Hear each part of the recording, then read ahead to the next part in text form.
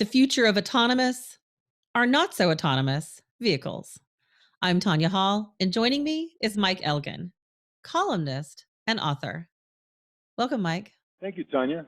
I should say welcome back. It's always a privilege having you talk about technology news. In fact, for those people who may not, for some reason, know who you are, give us a brief summary of your journey through the tech industry and tech journalism.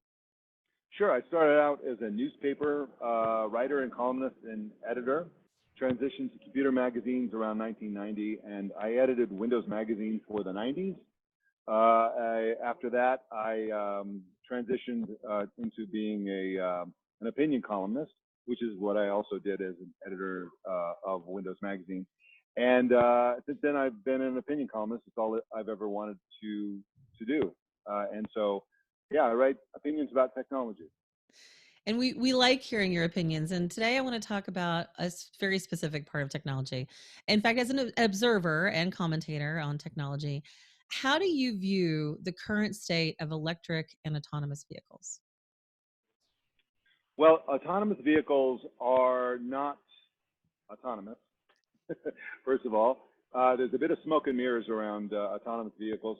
We see the predicted transition toward autonomy. So cars, especially depending on how expensive they are, the more expensive, the more autonomous they are gaining autonomous-like features. Already cars have added safety features like smart cruise control, where it won't allow the car just smash into the car in front of it. It will pull. Sometimes some cars can pull over. The Teslas can come to you with nobody in the car when in a parking lot, and so on. So there's a lot of autonomy going on. But the closer you get to actually trying to create a car that's fully autonomous, the harder it gets to actually solve that problem. And so we've all read about lots of instances where there are actual pilot projects of autonomous vehicles. These are not autonomous vehicles. They are 99% autonomous, but then they have a NASA-like control room where people can monitor what's going on, and they can remotely take over vehicles. And this is going to be the state of autonomous vehicles for a long, long time.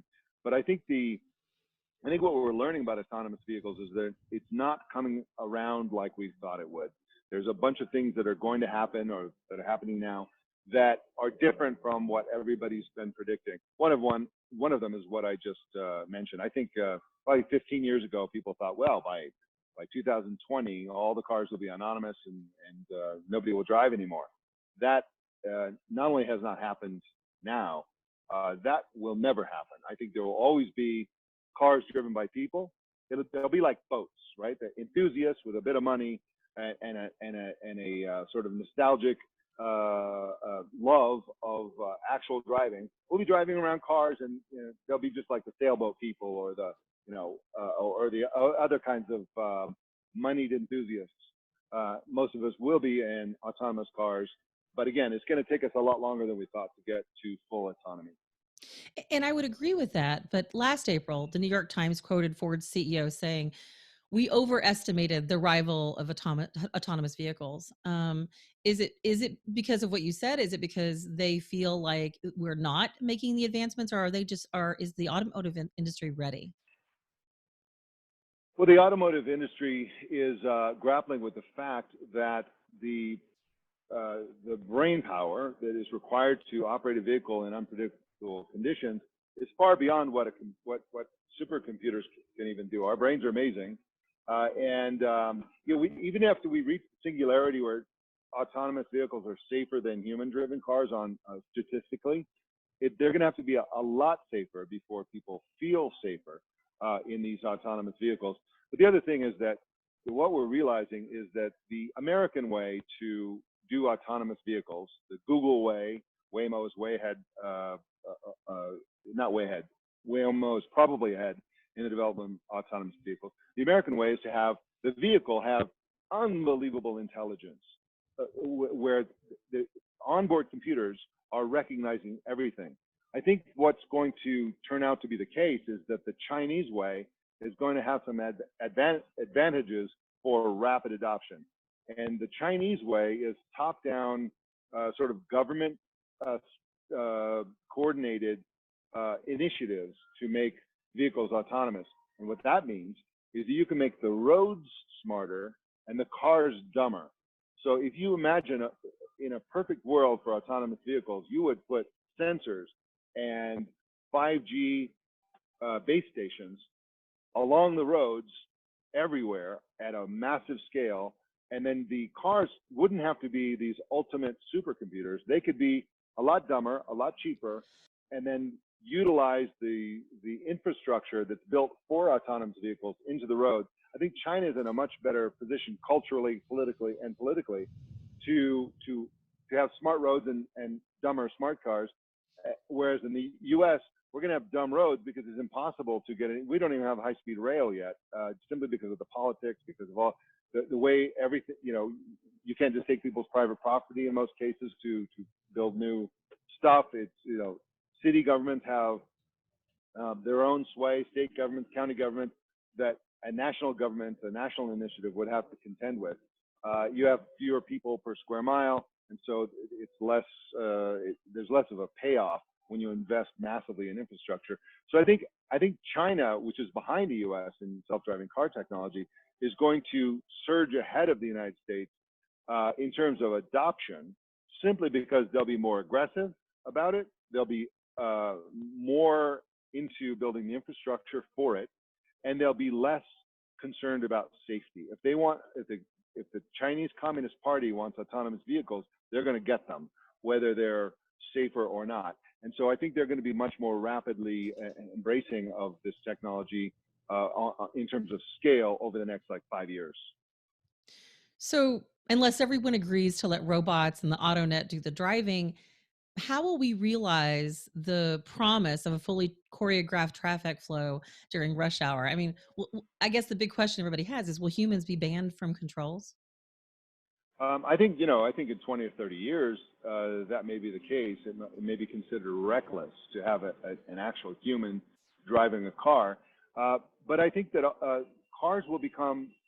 Not only will autonomous cars be safer eventually, the cars that we drive will become safer before those cars become autonomous, and they'll become safer through the sensors that are inward pointing at the passengers and drivers of the cars, and these sensors and this system will continue into the self-driving car arena. And what I'm talking about is a motion and activity detection technology built into dashboards will always be watching for the driver being distracted, drunk, tired, or any number of other things.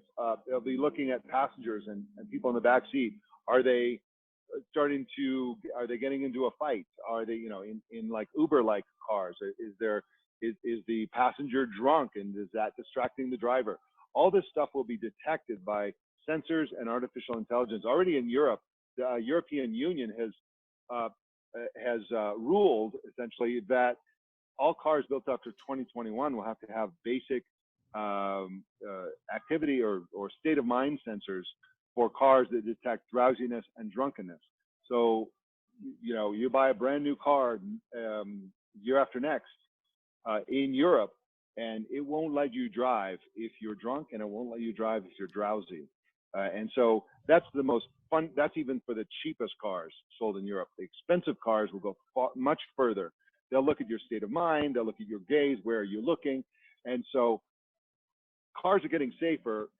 Cars will get safer through AI and sensors long before they're fully autonomous. That's my point.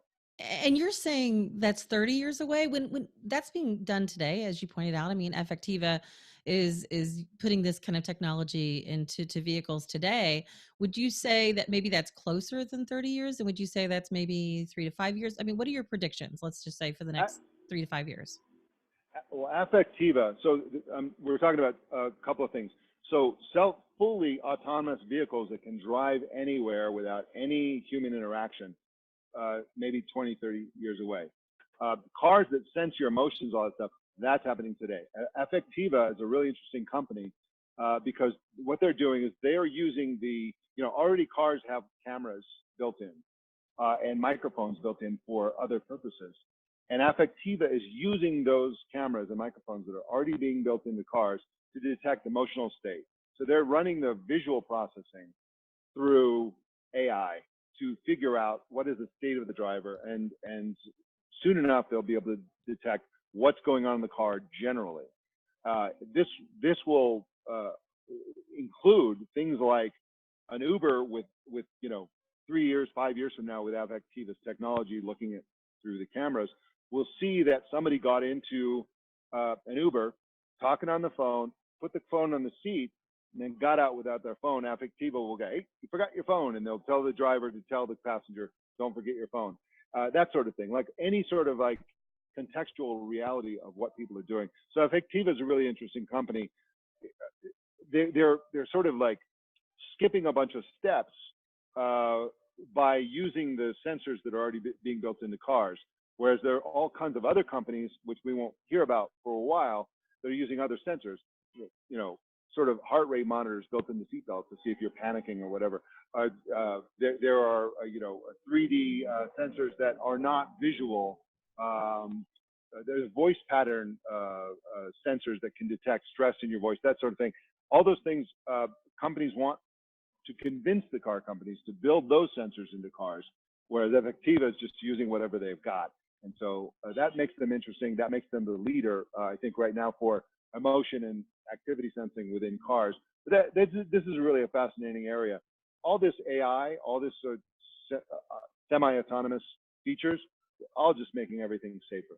So cars are going to get safer and safer and safer. And this transition between the dangerous human-driven cars of yesterday and the ultra-safe AI-driven cars of tomorrow will be a very gradual transition, and it'll be generally a positive thing as the body count goes down through technology. It's going to be a generally positive thing, but again, it's going to be very, very gradual. Mike, I could talk to you about this all day. If somebody wants to connect with you, if maybe they want to find out more about the things that you do, or sign up for your newsletter, how can they do that? Just go to elgan.com. That's ELGAN.com, and you can sign up for my newsletter there. You can, if you're an old-fashioned person like me and believe in RSS, you can get the RSS feed from my blog. But everything I do sort of funnels through elgan.com. Thanks again, Mike. And that was Mike Elgan, columnist and author. And you should follow his, he's a foodie as well. He's the gastro-nomad. And if you guys want to find more of my interviews, you can do that right here or go to tonyahall.net. Thanks for watching.